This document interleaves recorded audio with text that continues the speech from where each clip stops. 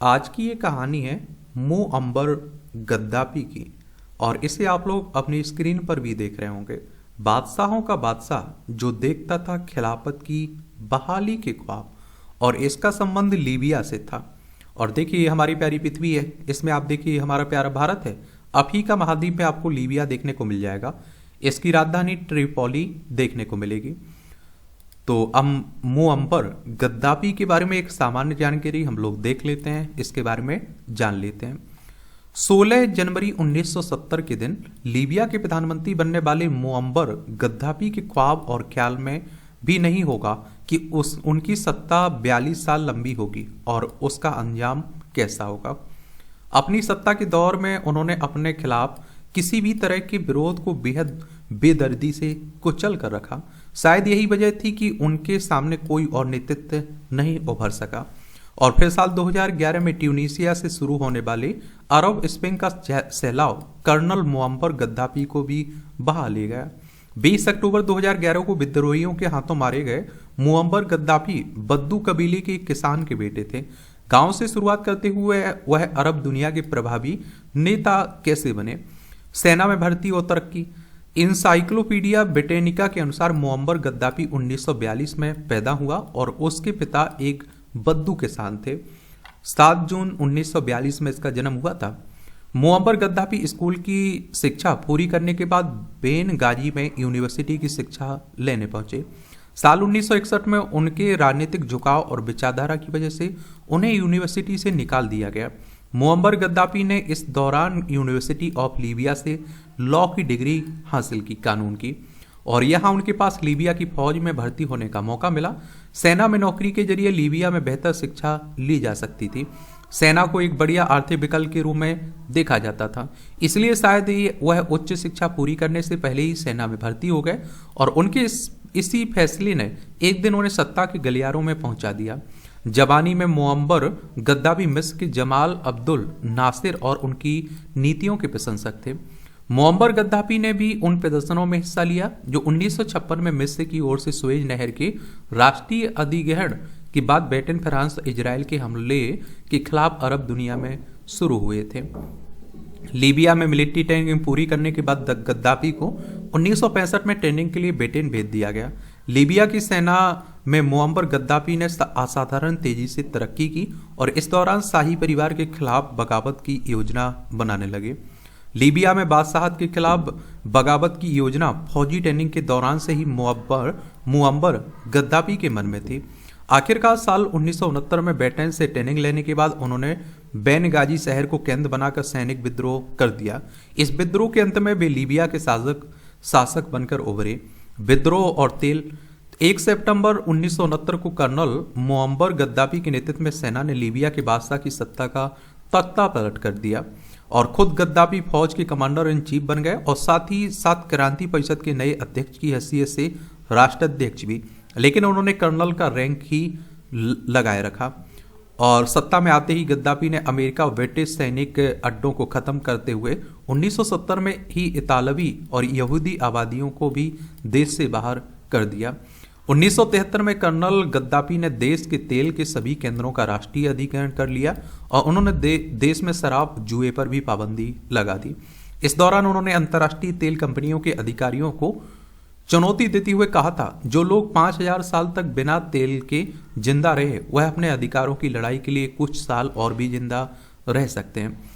और उनकी तरफ से दी गई यह चुनौती काम कर गई और लीबिया विकासशील देशों में वह पहला देश बना जिसने अपने तेल उत्पादन का बड़ा हिस्सा हासिल कर लिया। दूसरे अरब देशों ने जल्दी इस उदाहरण से सीख लेते हुए सन 1970 के दशक में अरब पेट्रोल बूम यानी अरब देशों में तेल की क्रांति की बुनियाद रखी और इस तरह लीबिया काले सोने से लाभ लेने के लिए अच्छी स्थिति में आ गया, क्योंकि यहाँ तेल का उत्पादन खाड़ी देशों में जितना था, लेकिन अफ्रीका में इस देश की कुल आबादी केवल 30 लाख थी और इस तरह तेल ने लीबिया को बहुत जल्द ही बहुत अमीर भी बना दिया। कर्नल गद्दाफी इजराइल से बातचीत के घोर विरोधी थे और इसी वजह से वह अरब दुनिया में एक ऐसे नेता बनकर उभरे जिन्होंने मिस्र इजराइल के बीच शांति समझौते को भी अस्वीकार कर दिया। और गद्दाफी का नजरिया 1970 की शुरुआत में गद्दाफी ने ग्रीन बुक नाम की किताब के जरिए अपना राजनीतिक नजरिया पेश किया। इसके तहत इस्लामी समाजवाद को प्राथमिकता दी गई और आर्थिक संस्थानों को राष्ट्रीय अधिग्रहण में लेने का ऐलान किया गया। इस किताब के अनुसार समाज की समस्याओं का हल लोकतंत्र या किसी और व्यवस्था में नहीं था। लोकतंत्र को गद्दाफी ने सबसे बड़े दल की तानाशाही का नाम दिया। गद्दाफी के अनुसार सरकार ऐसी समितियों से चलाई जानी चाहिए जो सभी बातों की जिम्मेदार हो। 1979 में गद्दाफी ने लीबिया का औपचारिक नेतृत्व तो छोड़ दिया। उन्होंने दावा किया कि अब वो केवल एक क्रांतिकारी नेता है, लेकिन सत्ता और शक्ति उनके हाथों में ही रही और अंतर्राष्ट्रीय स्तर पर कर्नल गद्दाफी और उनकी सरकार अपने अप्रत्याशित फैसलों की वजह से मशहूर हुई। उन्होंने कई संगठनों को फंड देने शुरू किए, इनमें अमेरिकी black panthers, national of Islam तक शामिल थे। गद्दाफी ने उत्तरी आयरलैंड में आयरिश रिपब्लिकन आर्मी IRA का भी समर्थन किया। लीबिया की खुफिया एजेंट विदेश में आलोचकों को निशाना बनाते रहे और उस दौर में गद्दाफी सरकार पर कई जानलेवा घटनाओं के आरोप भी लगे। फिर 1986 में एक ऐसी घटना हुई जो बहुत ही अहम साबित हुई। यह मामला जर्मनी की राजधानी बर्लिन में एक ऐसे क्लब में होने वाला धमाका था जहां अमेरिकी सैनिक जाया करते थे और इस धमाके का आरोप लीबिया के एजेंटों पर लगा। उस वक्त अमेरिकी राष्ट्रपति रोनाल्ड रेगन ने 2 सैनिकों की मौत के बाद त्रिपोली और बैन गाजी पर हवाई हमलों का आदेश दिया। इन हमलों में लीबिया का भारी नुकसान हुआ और कई नागरिकों की मौत भी हुई और जिन लोगों की मौत हुई उनमें कथित तौर पर कर्नल गद्दाफी की मुंह बोली बेटी भी शामिल थी, लेकिन खुद गद्दाफी बच निकली। इसके बाद 1988 में पैन एम का यात्री विमान स्कॉटलैंड के शहर लॉक रबी में क्रैश हुआ जो 270 लोगों की जान चली गई। इस क्रैश के लिए भी लीबिया पर ही आरोप लगा। लॉक रबी समझौता। गद्दाफी ने शुरू में लॉक रबी धमाके के 2 संदिग्ध आरोपियों को स्कॉटलैंड के हवाले करने से इनकार कर दिया। इसके बाद प्रतिबंधों वार्ताओं का एक सिलसिला शुरू हुआ और जो 1999 में उस समय खत्म हुआ जब गद्दाफी ने उन दोनों को आखिरकार स्कॉटलैंड के हवाले कर दिया। उनमें से एक को उम्र कैद की सजा सुनाई गई जबकि दूसरे को बरी कर दिया गया। अगस्त 2003 में लीबिया ने संयुक्त राष्ट्र को लिखे एक पत्र में इस धमाके की जिम्मेदारी स्वीकार की और घटना के प्रभावितों को लगभग $2.7 अरब का मुआवजा दिया। संयुक्त राष्ट्र की बात करें तो यूनाइटेड नेशंस की बात हो रही है। 24 अक्टूबर 1945 में स्थापना हुई थी। न्यूयॉर्क USA में इसका हेडक्वार्टर देखने को मिलेगा। इसके जवाब में सितंबर 2003 में संयुक्त राष्ट्र की सुरक्षा परिषद ने लीबिया पर लगाए गए प्रतिबंध खत्म कर दिए। इसके बाद लीबिया ने 1989 में तबाह होने वाले एक फ्रांसीसी यात्री जहाज के साथ साथ बर्लिन क्लब के प्रभावितों को भी मुआवजा अदा किया। लॉकरबी समझौते और कर्नल गद्दाफी की ओर से खुफिया परमाणु और रासायनिक प्रोग्राम की बात स्वीकार करने और उसे छोड़ने के ऐलान ने पश्चिमी व्यक्तियों से लीबिया के बेहतर संबंध का रास्ता बनाया। अंतर्राष्ट्रीय प्रतिबंध खत्म होने जाने के बाद लीबिया की अंतर्राष्ट्रीय राजनीति में वापसी हुई। इसके बाद ब्रिटेन के प्रधानमंत्री टोनी ब्लेयर समेत कई बड़ी हस्तियां गद्दाफी के शानदार महल में उनके बद्दू तंबू टेंट में दिखे और यह तंबू कर्नल गद्दाफी के अंतर्राष्ट्रीय दौरे में उनके साथ ही यूरोप अमेरिका का सफर किया करते थे। उस दौर में लीबिया ने यूरोप की हथियार बनाने वाली कंपनियों और तेल की कंपनियों के साथ कई कारोबारी समझौते भी किए। अनोखे तरीके अपनाने के लिए मशहूर कर्नल गद्दाफी अक्सर टेलीविजन पर तंबू में रहते हुए दिखाई देते। कहा जाता है कि उनके निजी सुरक्षा कर्मियों में महिलाओं की बहुत बहुलता थी। अरब जगत में बदलाव। फरवरी 2011 में ट्यूनीशिया और मिस्र में आम लोगों के प्रदर्शनों ने जुन्नल ओबेदीन और हुस्नी मुबारक की लंबी सत्ता को खत्म किया तो लीबिया में मुअम्बर गद्दाफी के खिलाफ भी प्रदर्शन शुरू हो गए। देश भर में हो रहे प्रदर्शनों से निपटने के लिए गद्दाफी की सरकार ने ताकत से रोकने का प्रयास किया। पुलिस और कानून लागू करने वाली संस्थाओं ने प्रदर्शनकारियों पर गोलियां चलाई। प्रदर्शनकारियों के खिलाफ लड़ाकू विमानों और हेलीकॉप्टरों का इस्तेमाल भी किया गया।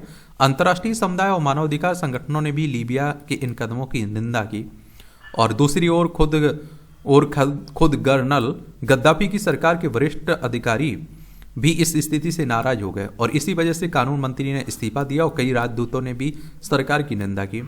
22 फरवरी को कर्नल गद्दाफी ने सरकारी टीवी पर एक संबोधन में इस्तीफा देने से इनकार करते हुए प्रदर्शनकारियों को गद्दार बताया। उन्होंने दावा किया कि विपक्ष अल कायदा की संरक्षण में है और प्रदर्शनकारी ड्रग्स का इस्तेमाल कर रहे हैं। उन्होंने अपने समर्थकों से कहा कि वह प्रदर्शनकारियों से उनकी रक्षा करें, लेकिन धीरे धीरे गद्दाफी की सत्ता पर पकड़ कमजोर होती चली गई और उनके विरोधी फरवरी के आखिरी तक लीबिया में बड़े इलाके पर कब्जा कर चुके थे। इसके बाद त्रिपोली की भी घेराबंदी कर ली गई जहां गद्दाफी अकेले पड़ चुके थे, उन पर इस्तीफा देने का दबाव बढ़ रहा था। 28 फरवरी को संयुक्त राष्ट्र की सुरक्षा परिषद ने गद्दाफी सरकार पर नए प्रतिबंध लगा दिए, उनके परिवार की संपत्तियां भी फ्रीज कर दी। और 28 फरवरी को संयुक्त राष्ट्र ने ऐलान किया कि कर्नल गद्दाफी से जुड़ी 30 अरब डॉलर की संपत्ति फ्रीज की जा चुकी है। और उसी दिन पश्चिमी मीडिया को दिए अपने इंटरव्यू में कर्नल गद्दाफी ने दावा किया कि जनता अभी उनसे प्यार करती है। उन्होंने इस आरोप से इनकार किया कि उनकी सरकार ने प्रदर्शनकारियों के खिलाफ ताकत का इस्तेमाल किया। उन्होंने यह भी दावा भी दोहराया कि उनके विरोधी अलकायदा के संरक्षण में काम कर रहे हैं। कर्नल गद्दाफी की सेना ने भी आश्चर्यजनक ढंग से बहुत से इलाके विद्रोहियों के कब्जे से वापस ले लिए। ऐसे में जब लीबिया की सेना बेन गाजी की ओर बढ़ रही थी तो संयुक्त राष्ट्र की सुरक्षा परिषद ने 17 मार्च को सैनिक हस्तक्षेप के लिए वोट दिया और नेटो की ओर से हवाई बमबारी ने कर्नल गद्दाफी की फौज को भारी नुकसान पहुंचाया। मार्च के अंत में कर्नल गद्दाफी की सरकार को उस समय बड़ा धक्का लगा जब 2 सीनियर अधिकारियों ने वफादारी बदल ली और लेकिन गद्दाफी त्रिपोली पर नियंत्रण बनाए हुए थे। उन्होंने ऐलान किया कि वह हर संभव ढंग से प्रतिरोध करेंगे और 30 अप्रैल को नेटो की वायुसेना ने त्रिपोली में गद्दाफी के बाब अल अजीजिया पर हमला किया, जिसमें उनके छोटे बेटे सैफ अल अरब और 3 पोते मारे गए। इस हमले में गद्दाफी को निशाना बनाया गया था लेकिन वह बच गए। कर्नल गद्दाफी की मौत 27 जून को गद्दाफी और उनके बेटे और इंटेलिजेंस चीफ की गिरफ्तारी के लिए वारंट जारी कर दिए गए। इसके बाद अगस्त में विद्रोही लीबिया की राजधानी त्रिपोली में घुस गया है और 23 अगस्त को गद्दाफी के हेडक्वार्टर बाब अल अजीजिया कंपाउंड पर कब्जा कर लिया।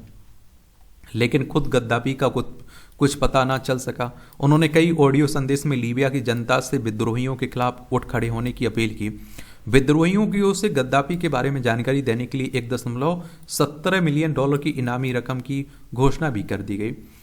और ऐसे में सी अर्थ नाम के तटीय शहर की घेराबंदी हुई और कुछ सूत्रों के अनुसार कर्नल गद्दाफी ने अपने कुछ समर्थकों के साथ इस घेराबंदी को तोड़कर निकलने की कोशिश की और गाड़ियों में सवार कर्नल गद्दाफी उनके साथी लड़ते हुए विरोधी लड़ाकों के बीच से निकलने की कोशिश कर रहे थे।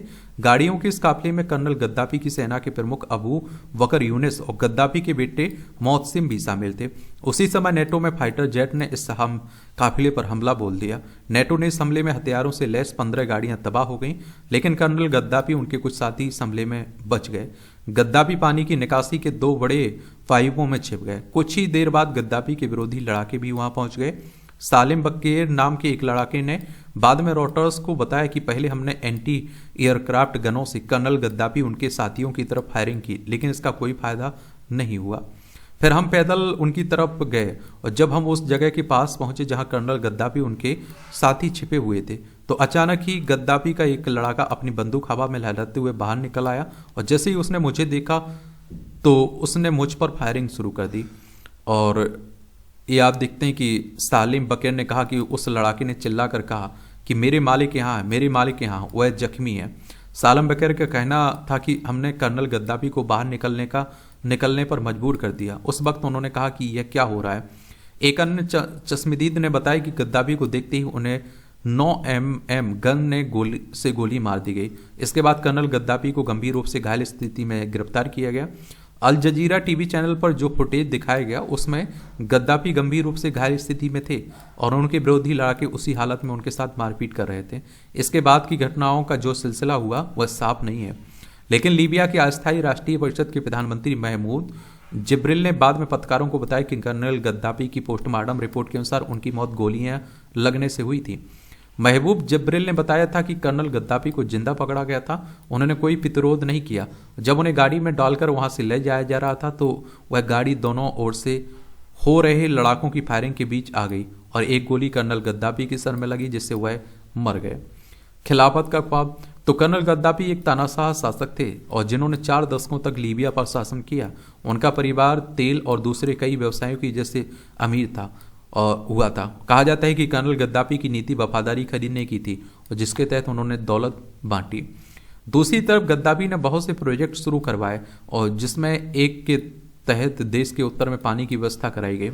वह अपने लिबास के साथ साथ अपने बयानों की वजह से भी मशहूर थे। एक ऐसे ही बयान में उन्होंने कहा था कि फलस्तीनियों और इजरायलियों को एक ही राज्य में इकट्ठा होना चाहिए क्योंकि जमीन इतनी ज़्यादा नहीं है कि 2 अलग अलग राज्य बन सकें। अरब लीग की बैठकों में सिगार का धुआं छोड़ते वो खुद को अफ्रीका के बादशाहों का बादशाह बताते थे। और समय के साथ गद्दाफी की विचारधारा भी बदल रही। शुरू में उन्होंने अरब राष्ट्र को एक करने का नारा दिया, खुद को जमाल अब्दुल नसीर जैसे अरब राष्ट्रवादी नेता के तौर पर पेश किया था।